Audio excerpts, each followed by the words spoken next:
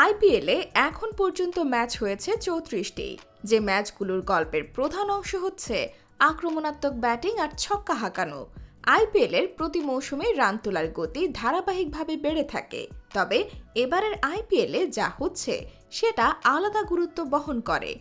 এখন পর্যন্ত এবারের আসরে ওভার প্রতি রান উঠেছে 9.42 রান করে, যা আইপিএল ইতিহাসের সর্বোচ্চ। আইপিএল ইতিহাসের সর্বোচ্চ 3টি দলীয় স্কোর এসেছে এবছর। সর্বোচ্চ 5টির মধ্যে 4টি এবছর এসেছে। আইপিএল এবার 500 ছক্কাও দেখেছে রেকর্ড সময়ে। এবারের আইপিএলে যে কতটা ছক্কা উৎসব হচ্ছে সেটা প্রমাণে আরও কিছু পরিসংখ্যান তুলে ধরা হচ্ছে। এই মৌসুমে রান উঠেছে ওভার প্রতি 9.42 রান করে, যা 34 ম্যাচ শেষে ওভার প্রতি রান তোলার দিক থেকে দ্বিতীয় সর্বোচ্চ। 2023 সালের চেয়ে 7% বেশি, যেটা আপাত দৃষ্টে খুব বেশি মনে হচ্ছে না।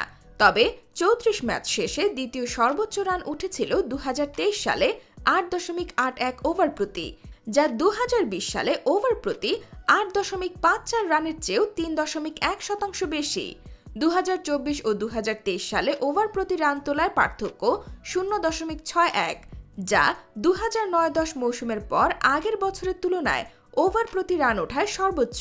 2010 সালে ওভার প্রতি রান উঠেছিল 8.41, যেখানে 2009 সালে 7.62। এবারের মৌসুমে 4 ও ছক্কা তুলনামূলকভাবে বেশি হয়েছে। গত বছরের তুলনায় মূল পার্থক্য ধরা পড়েছে ছক্কার হিসেবে। এবারের আইপিএলে প্রতি 13.48 বল পরপরই ছক্কা হয়েছে, যা 2018 সালে দ্বিতীয় সর্বোচ্চ 15.24 বল পরপর ছক্কার তুলনায় 11.6% বেশি।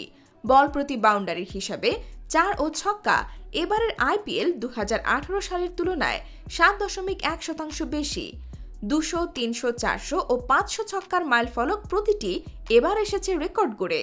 প্রথম 100 ছক্কা এসেছে 1425 বলে, পরের 100 ছক্কা এসেছে 1014 বলে, পরের 100 ছক্কা এসেছে 1334 বলে।